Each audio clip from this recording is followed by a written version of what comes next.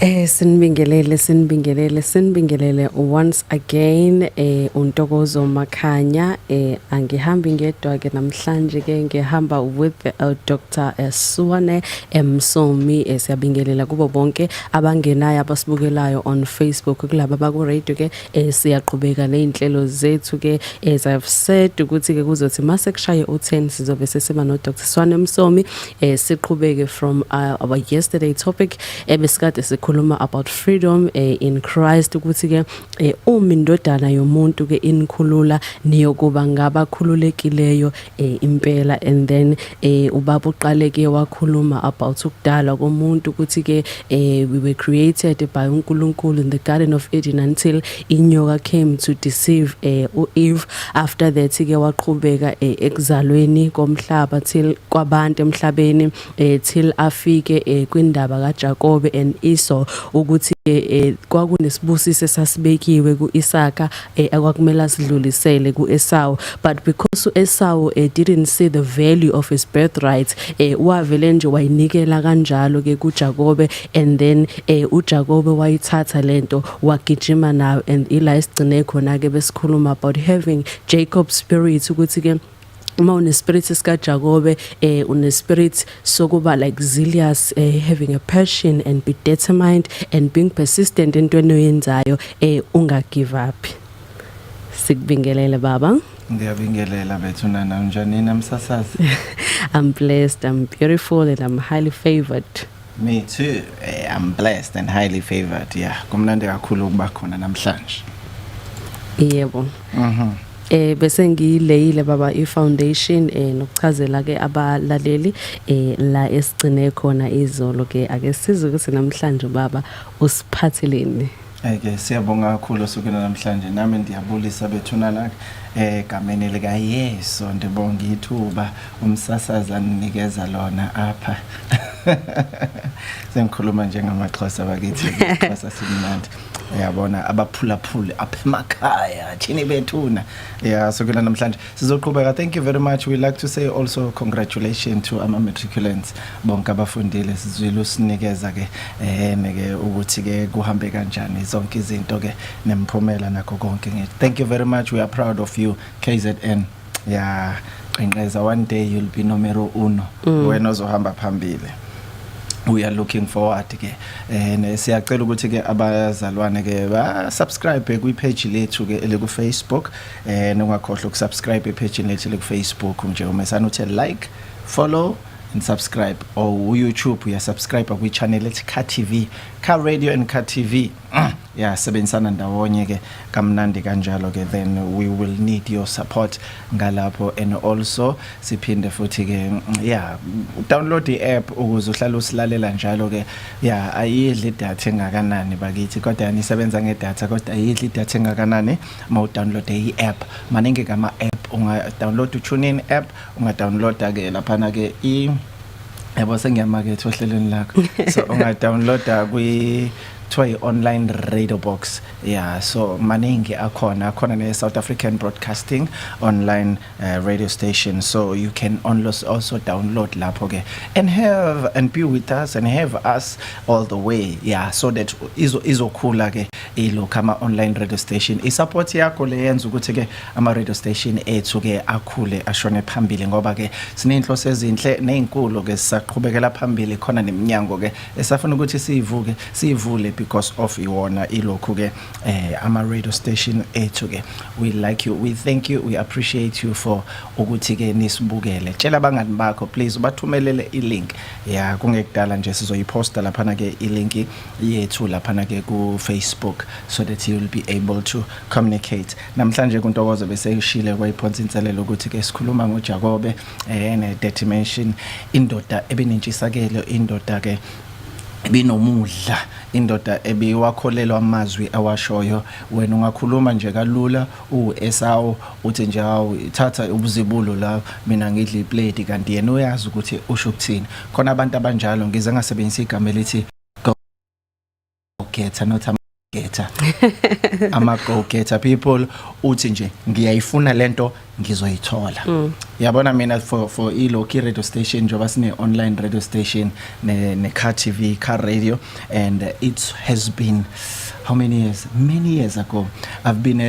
umsakazi ke kwi I've been umsakazi ngizocela usidonsele lokho hang ngoba bakhuluma kakhulu ngale so I've been umsakazi for more than 20 years ngisebenzela highway radio I fell in love with the radio station and it was 1998 ngiqala ngiba umsakazi on a radio station so 1998 so until manje mawucabanga from 1998 to 2001 how many years then it's been 23 it can't be 23 oh 20 yeah 23 years it's 23 years so most of 2000 to 2021 that is 21 years then yeah so just imagine and I did that dream which one day I will have and I will own my own radio station and this radio station is going to grow yabo and my vision is to grow it and grow it nginjengo Joseph nginjengo Jacob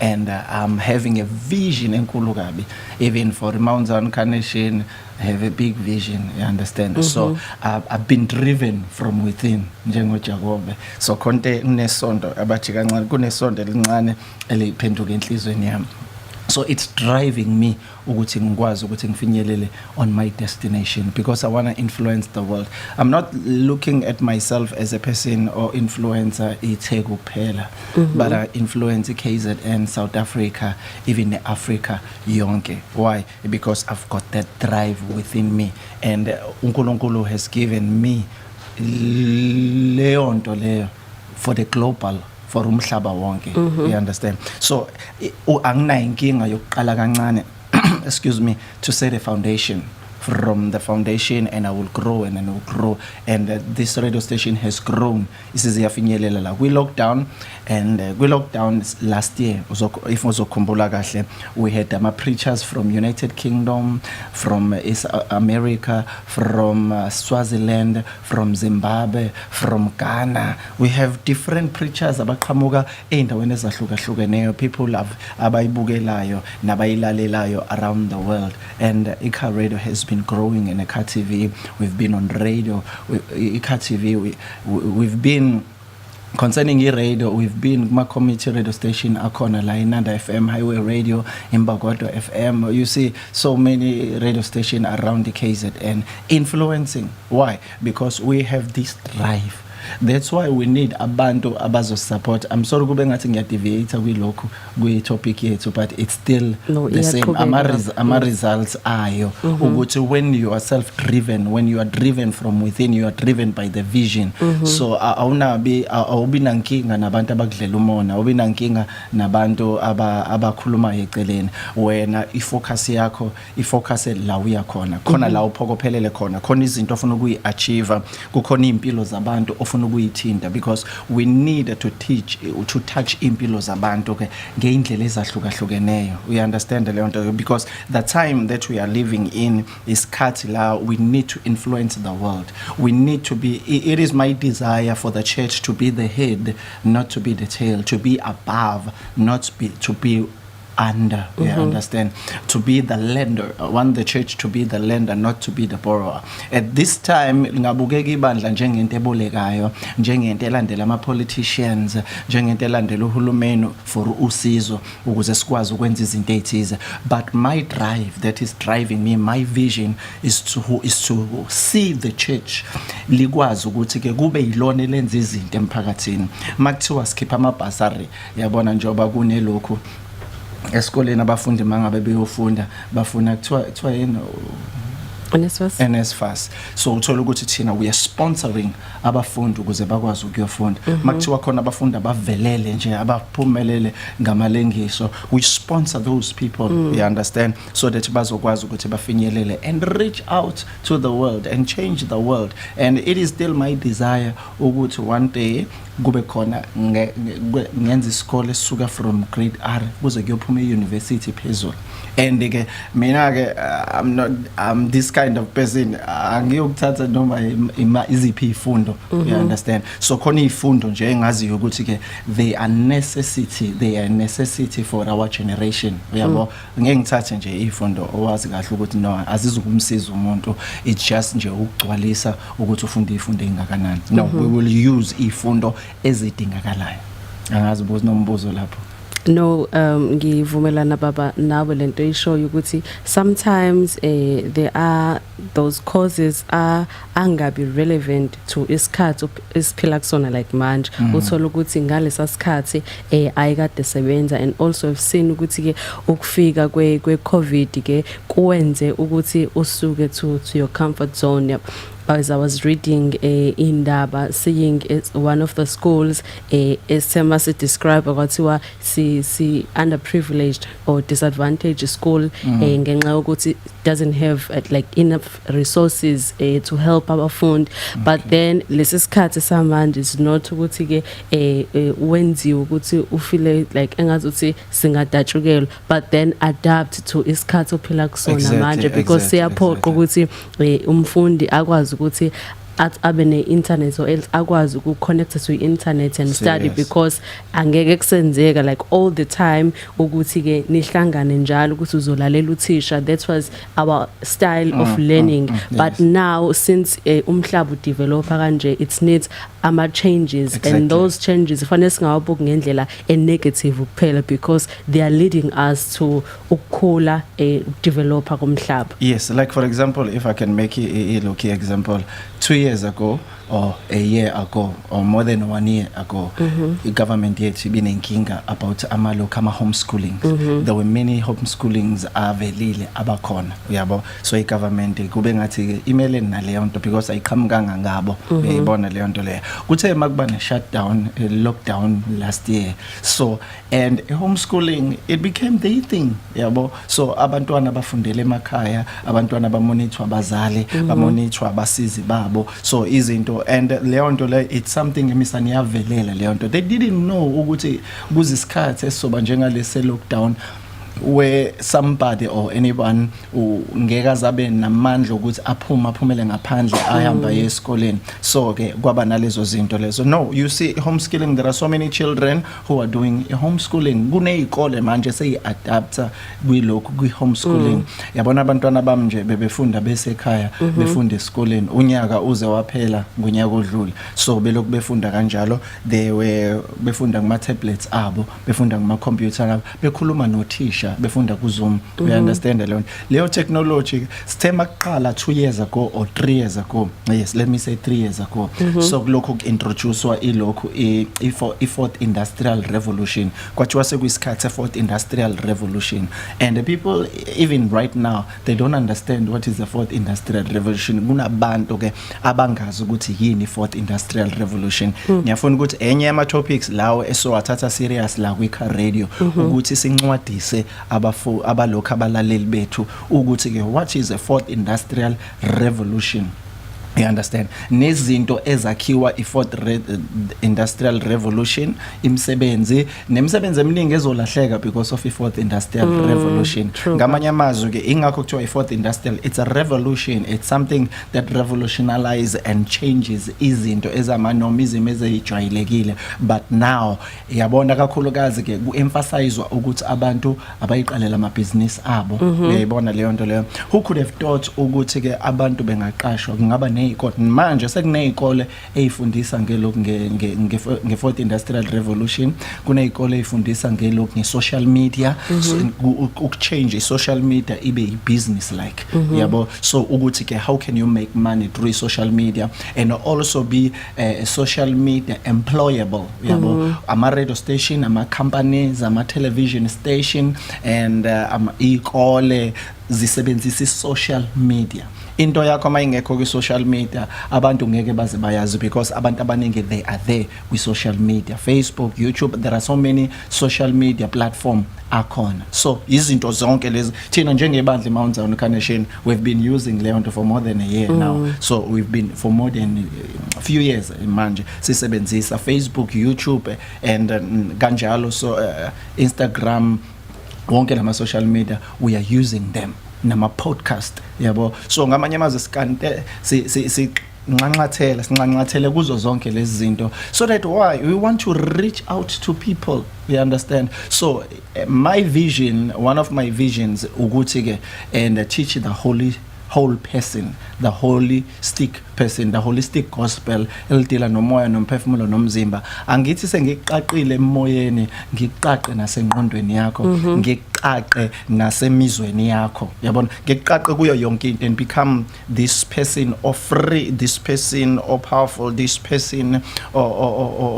okwaziyo ukungena nakuyo yonke indawo. Even noma ungahamba uyosebenza eChina, uhamba uyosebenza eRussia, uyosebenza laba nolimi ongalijwayele, but and be able be there, uqhubeke ube umzalwane and uqhubeke ube this person you supposed to be kuleyo nto leyo, and be a better person okwazi ukusurvive kuwo wonke lawo ma storms. Ungabosho ukuthi nje sengise South Arabia, sengise Russia, noma sengise lokhu ke sengise China, ukwazi ukuphila yonke indawo. We need to teach our people to be relevant and to be able to be relevant with our community, ukuthi kwenzakalani. Who could have thought lokhu Ntokozo ngaba umsakazi? You understand that? So now you are falling in love ne radio station, yabo, une voice emnandi, yabona nje kade ngithule ngikulalele, ngaze ngize ngimlalelisise ngithi nje she has a beautiful voice, yabona leyo nto le. So izinto enjengalezo create, it is in me to raise leaders, it is in me to raise more talent, more gifted people ukuthi umhlaba ubabone. We understand. It's something that is in me. That's why I have many pastors that are leading in the church. You understand? There are many leaders who are leading our ministries because I believe in leadership. I believe in a leadership that is influential. Zingaki izinto esezenzile. Khona izinto ebengakenzeki ebandleni elimnyama, but we became ama trendsetters as Mount Zion Carnation. Why? It's because I am a leader that has a vision, who wants to move forward and influence our country and start something even engakajwayeleki ijwayeleke. There are more people who are following manje and who are doing izinto ezinhle to influence the world. We are here to change. Even lokhu uJakobe aba not that kind of spirit, no, when I want something I will go for it. Imali will not stop me ukuba ngiyithole leyo nto. Makubiza ngisebenze for 7 years, I will sebenza for 7 years. Makubiza ngisebenze for 14 years ukuze ngithole into engifunayo, that's what I will do. You understand?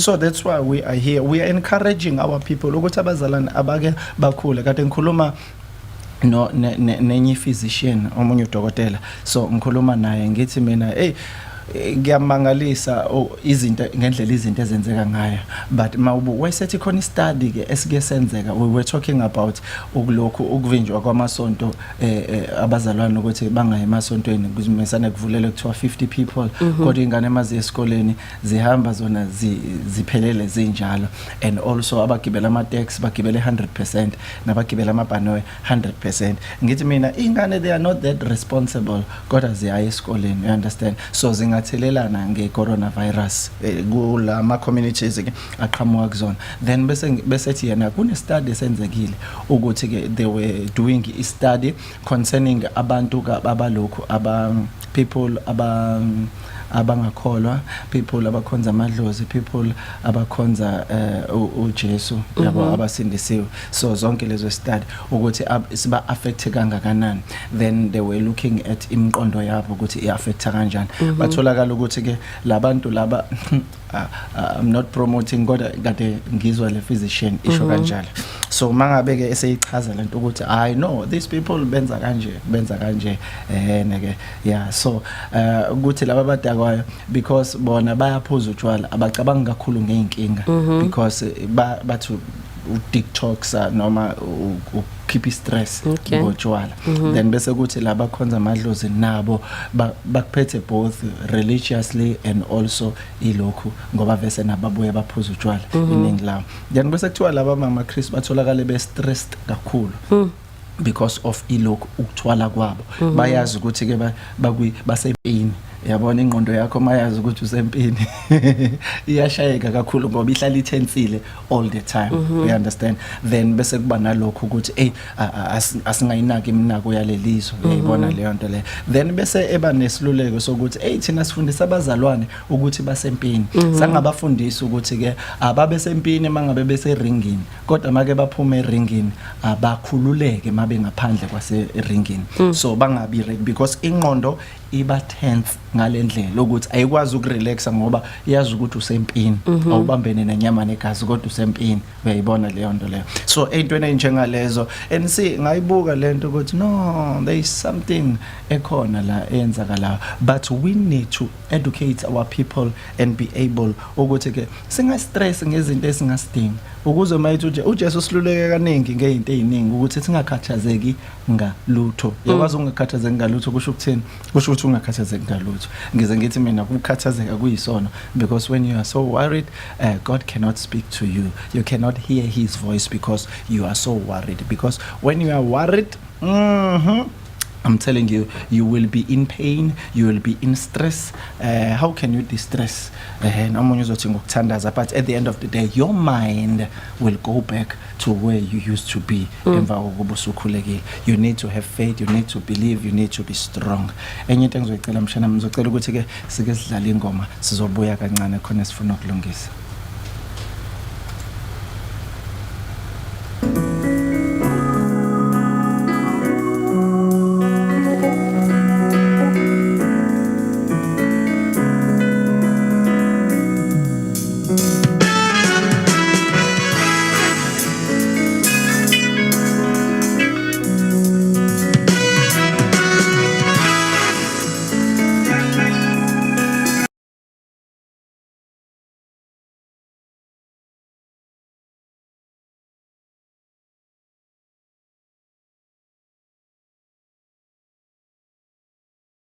You are so real to me.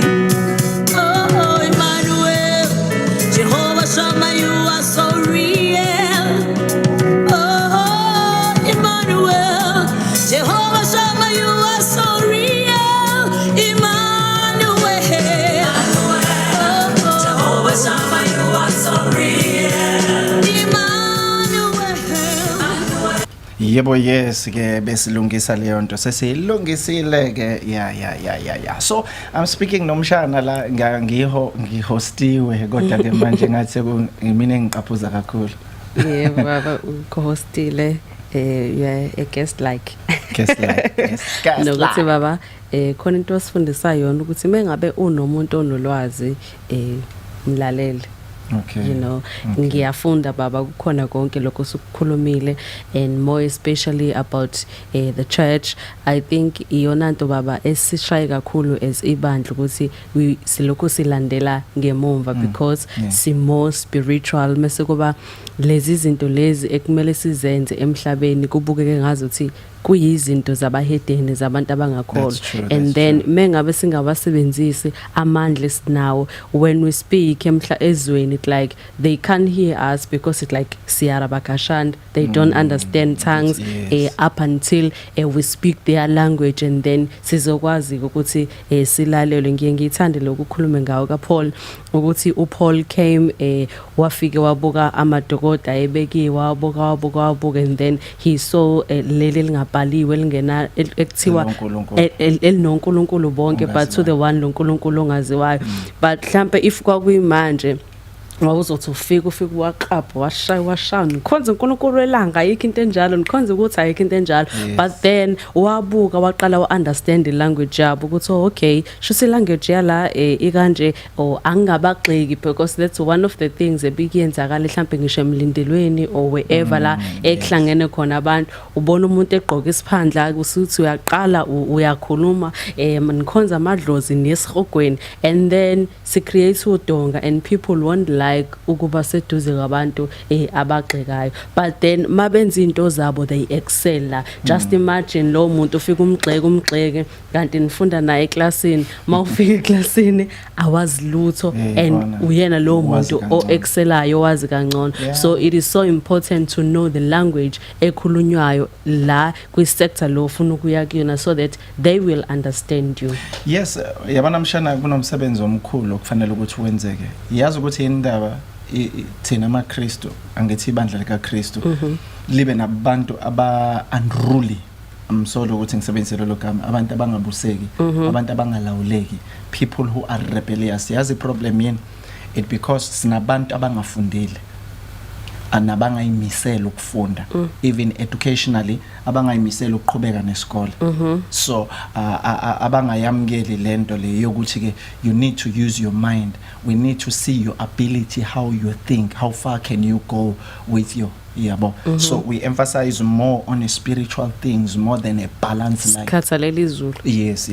When it comes to izinto zala emhlabeni ke we don't want, mina ngibonile there are people ebengibabona ukuthi bane potential whom I was raising them as leaders, we understand. So as I was raising them uthola ukuthi abanye along the way, because ama priorities abo our fun ama priorities it's our fun, uthola ukuthi omunye ubona ukuthi uyabanjezelwa la ngoba kwenzeka lento le eyenzakalayo. So at the end of the day, so amesana no sifikele iphela khona indlela yami, so seziyahlukana indlela zethu, sengishona le nawe eqhubeka nendlela yakho, uNkulunkulu sengikhombisile ukuthi fanele ngiqhubeke ngala, ngibuke ngithi yes this person une potential but ujahile ukuya la eyakhona, ufuna ukuthi asheshe afinyelele la eyakhona, ngenze ukuthi agcine engasafikanga la eyakhona, or mangabe fika la eyakhona uyofika enamaskazi amaningi emzimbeni wakhe, because ezinye izinto abengakwazi ukuyipreventa ebengakwazi ukuyipreventa manje ebezo preparewa ukuthi ke akwazi ukuthi afinyelele lapha egcineni, afinyelele ese right, afinyelele equipped, kube khona izinto ke ayigwemile endleleni. Thola ukuthi abantu ke bayashesha ukuphuma, like for example ukuba umfundisi abanye abaningi bakubona njengendlela elula yokwenza imali. Ululi yabona mawumfundisi nje hawu uthi abantu abanikele, abantu banikele, yabona then emva kalokho usuyaphumelela. Mawubuka abafundisi bahamba ngeimoto ezinhle, bahlala imoto emzini emihle balandelwa abantu, zonke lezi zinto banegama, badumile, banazo zonke lezi zinto. Then umuntu amesana abona ukuthi no, this is a easy thing, awudingi ukubizwa kulento, uyayibiza kuwena self appointed pastor, yabo uyayibiza kuwena bese uyayenza leyo nto. Then bese yakhohlwa ukuthi they are God appointed pastors, they are self-appointed pastors, they are people-appointed pastors. Yabo. So bese yayenza lento. At the end of the day, uthola ukuthi mayingasenze ngendlela efuna ukwenza ngayo, uthola ukuthi omunye useyothwala, uthola ukuthi omunye usehaqa abantu ngenkani ukuthi abayenze lento le afuna ukuthi abeyiyona, ebecabanga ukuthi yenzeka ngendlela elula, kanti akazi ukuthi how much effort, how much behind the scene work umkakana nomsebenzi esiwenza behind the scene before lo msebenzi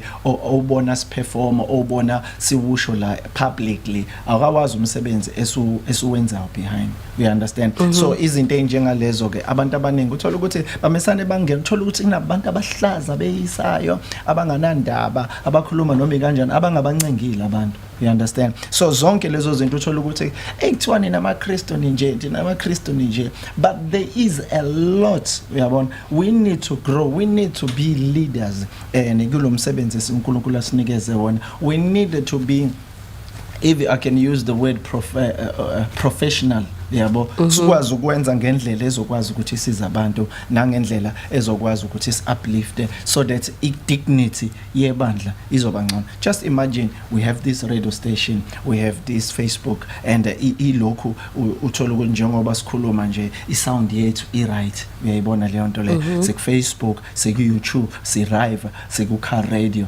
we are live kulama platform omathathu. So lokho kukodwa, it's our presentation to the world. No, we can do lezi zinto, sazi ukuthi lezi zinto zenziwa abahedeni, zenziwa abantu abathize. The church can have a radio station, the church can have a television station, the church can do and excel eyintweni right, sinyuke simove siye phambili and grow and become better, senze ukuthi ibandla likaNkulunkulu lihlonishwe ngendlela elipresenta ngayo izinto.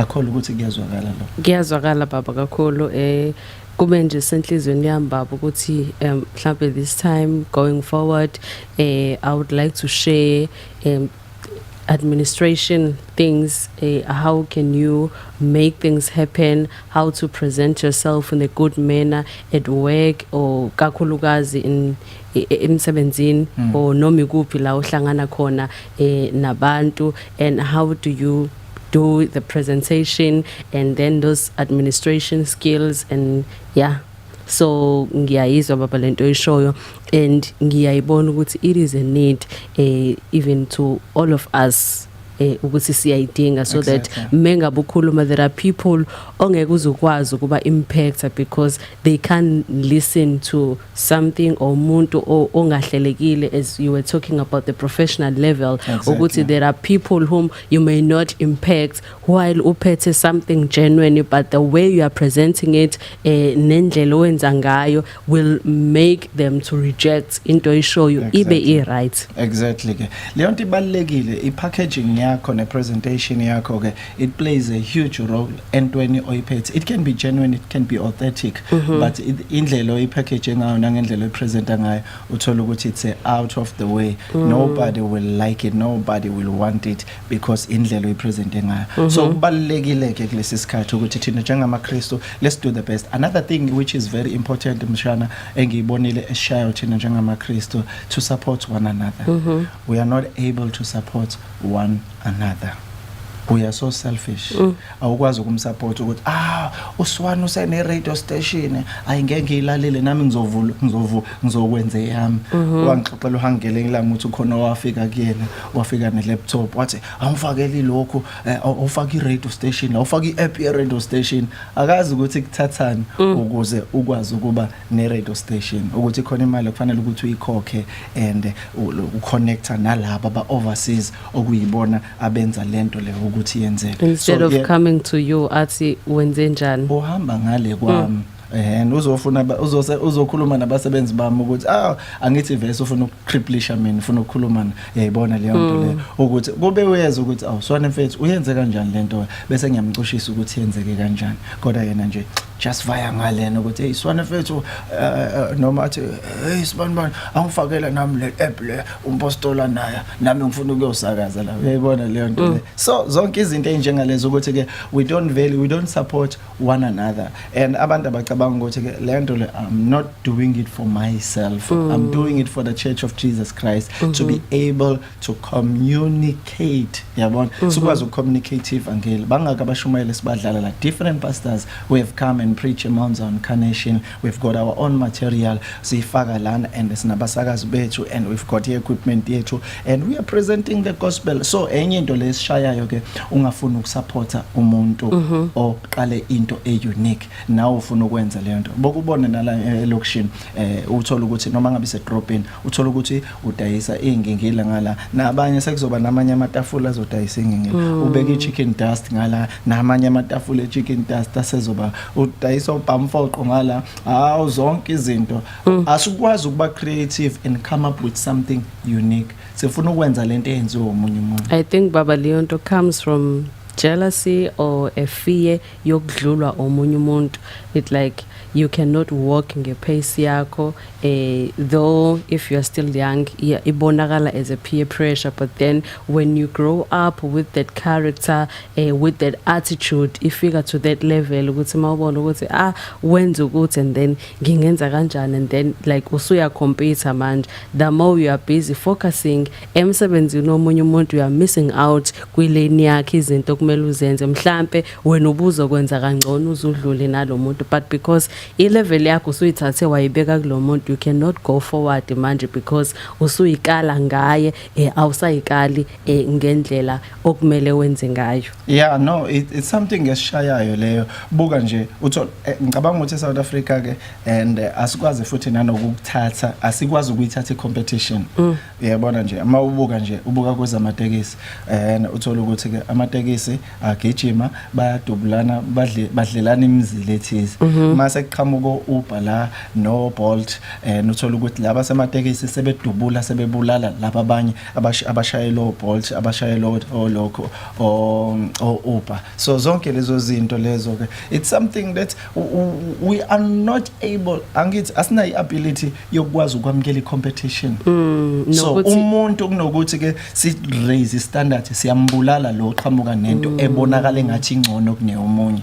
Even the churches uthola ukuthi umuntu nanti ibandla lakhe liyakhula uthola ukuthi lo muntu lo uzoshawa ngescandal kuthiwa urapile kuthiwa udayisa ama drugs into abafundisi abashawa ngayo ile yokuthiwa urapile uyabona thulale noSibanibani thujola noSibanibani nazo zonke lezi zinto eyizothunaza igama lakho then ibandla lakho bese liyawa bese liyaphela kanjalo. You come up with something unique to build a church instead ukuthi abantu babuze ukuthi wenze kanjani ukuthi wenze lento nathi usifundise mhlawumbe nathi siyenze khona soyenza ngendlela eright then omunye uzonje asimesana simdestroy then bese kuba yithini esiriser i-guarantee uyithatha ukuthi labantu engiba influencer labantu engihamba nabo bazoza kuwena uyithatha i-guarantee bazoza yini kuwena emva kokuba usungimbulele mina noma usulidestroyile igama lami. At the end of the day they fail abantu ukuthi no there is a lot of DNA that goes with that. Mawungibona ngiphumelela kunendlela engenze ngayo kune strategy uNkulunkulu angineze kune special favor uNkulunkulu ayibeke phezukwami besides ukuthi ke ngenza lento engiyenza but kune favor for people kune favor for abantu abangilandelayo leadership engilandelayo so that I'll be able to move forward. I think lento baba iqale from families. Most of black families like we are enemies, you know. Kuvele kube nalokho ukuthi even emndenini angifuni ingane kaSibanibani idlule ingane yami angifuni ukudlula ngifuna kube mina ozoqala ukwenza into ethile. I remember one day baba we went to a coaching class kamama wawukhona baba and also nama boys all of us in the house we went there mesifika ku coach coacher with business and then she said it is my first time ngibona a person ngimcoacher in business eza nomndeni wakhe wonke and then amtshele ukuthi okay nanti business engifuna ukulenza umama imtshela coach and then wase wathi ke nina as a family what is it that are you going to contribute kuleli business because njengama family members if one of you ends something you are the one ekumele lift it up and then she will go ngomuntu and be like maybe one will say ngizomvosa ngimkhomboza ukuthi mama you need to do this and omunye will be like I will be helping you entweni ethile but you saw ukuthi leyo nto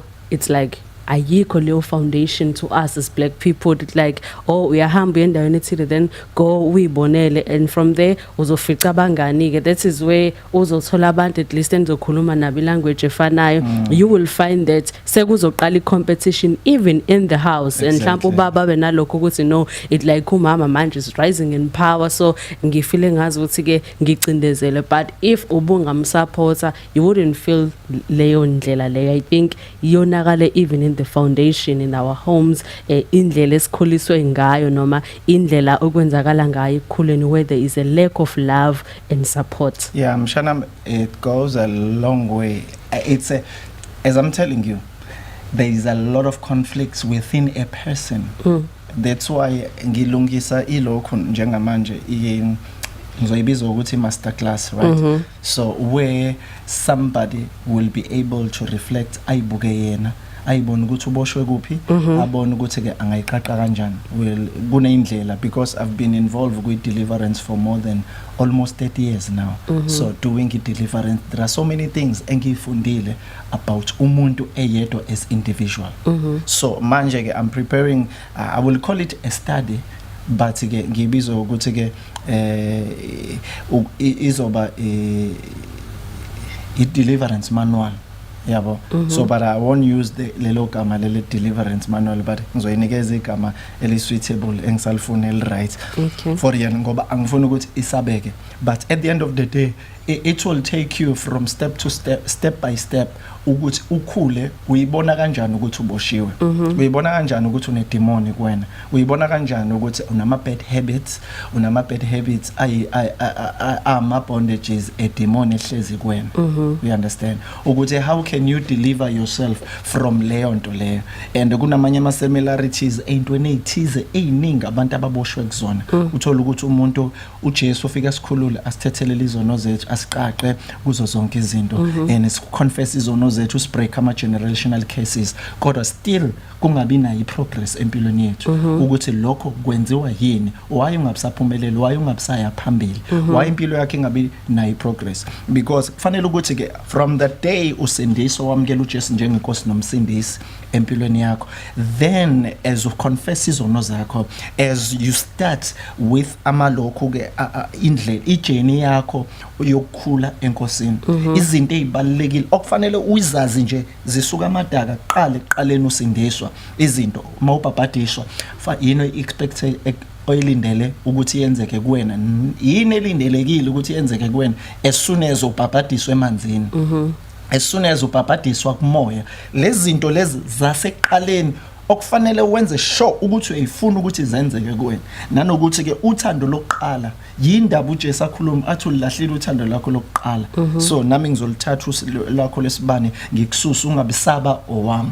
What does uthando lokuqala mean? Lwenzani kuwena? Uyayibona leyo nto. So amanye ama lessons ezinye zezinto lezi engisazoyifundisa ke abalaleli, that's why ke some of them they will need, actually all of them they will need to subscribe to my YouTube channel, because leyo nto leyo ngizoyenza go YouTube. You understand? So where I will teach people, and kuzoba neindawo la ngizoqala khona ngithi take your journey, we will take people with journey la will explain ukuthi umuntu mayizala kwenzakalani, makuthiwa idemon liyakubamba ngalesikhathi kuchitheka igazi lakho, ngalesikhathi uzalwa kwenzakalani, igazi amandla segazini asebenza kanjani. You understand? La makuphuma amanzi ngalesikhathi uzalwa, khona abanye abazalwa uthola ukuthi bembethe. Uyayibona zonke lezi zinto, people to understand ukuthi yini usathana ayilandela, yindaba bambelele kulezi zinto, indaba thina singayinaki lezi zinto, indaba zisibambe on the later future empilweni yethu ukuze singakwazi. So izo zonke lezi zinto I want people to know, yabona, to understand ukuthi what's going on. Recently nje, not recently, yes, let me say recently, I was watching one of ama series kuyilokhu ku TV. So mangibukela la ma series bafundisa la ngolonke astral projection. Astral projection eyokuthi uphume emzimbeni wakho ukwazi ukuhamba uye noma yikuphi la uya khona. So bayifundisa ama principles akhona, into eyenzeka ngempela, the reality. So abanye bafundeke bayenze leyo nto, mase bayenza ke iba affect yenzeke ngendlela, then emva kalokho bese kuba khona into eyenzakalayo later on, then of which ke lo munye bengayilindela ukuthi ingenzeka ngendlela. So zonke lezo zinto we need into. Njoba ngisho mshanami ngithi abantu ke sometimes you train people, uthola ukuthi umuntu engakavuthwa azithi usevuthiwe yena, amesana aphunyuke ezandleni zakho, ubusazokwenza into enkulu ngayo, ubusazomthatha umyise somewhere la abengeke azakwazi, abekuyomthatha eminyaka u30. Mina njoba ngisekholweni ufinyelela la ngikhona kungithathe 30 years. But mina wena mawuzoba idisciple yami ngizokufundisa wena, ngizokufundisa mina experience yami ka 30 years. Wena ngeke ukuthathe usuneminyaka ngaka ukhona mhlambe 8 years. 8 years. So in your 8 years yokukholwa mina I can give you experience yami ka 30 years ngi-imphathe kuwena.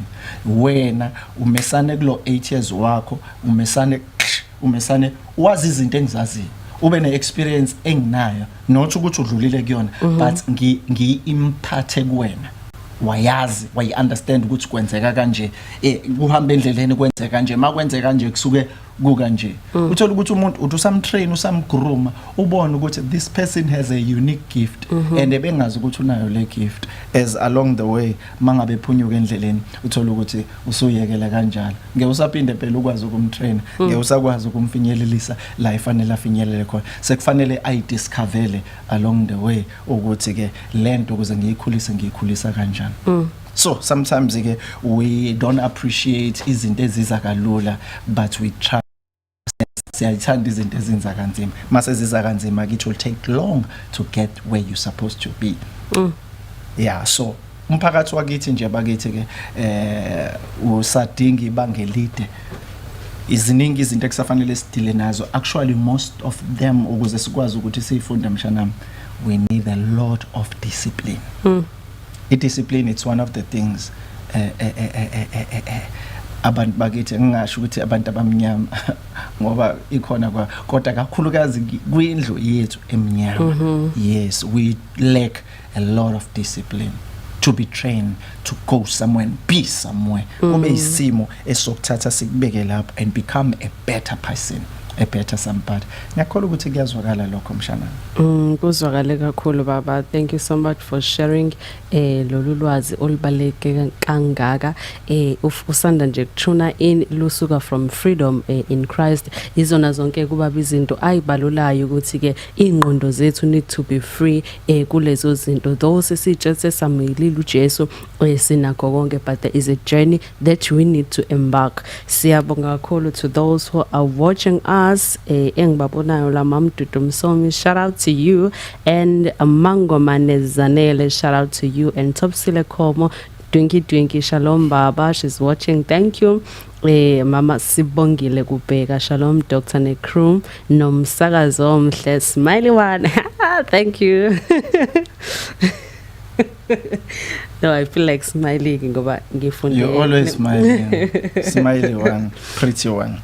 Yes, and also ke Phumla Xaba thank you so much sisi for watching and baba Ntokozo favor Mswele uthi you are really raising true and great leaders Dad thank you yeah laphana umpumelelo zonde akaveli ngala mina kuyavela ngala okay no la nomphumelelo zonde shout out to you not nomphumelelo umpumelelo is a guy ipolice alizokubopha azokubopha serious yazi akavela ngempela kumina ngoba yeah no kushuthi uyena umhlobo nami okay thank you for watching Mpumelelo Zondi ungasangibopha sekubophile already sizokhululwa iqiniso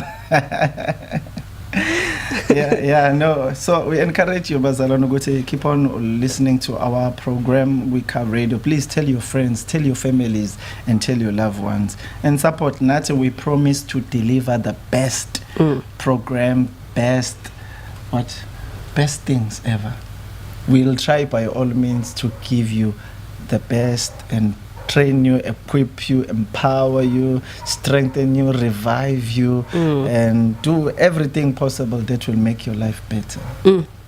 Thank you so much. Isikhathi sethu ke seku 11 sesiphoqa ukuthi ke siphume kanjalo. Thank you so much for lesikhathi nabasilalele ku radio siyabonga kakhulu basibukelayo. Sithi bye bye sizophuma nge Queen of the Palace ithi Emmanuel. Yeah, Emmanuel. Okay. Jehovah Shammah, you are so real to me. We love you. Thank you. Tell your friends about us.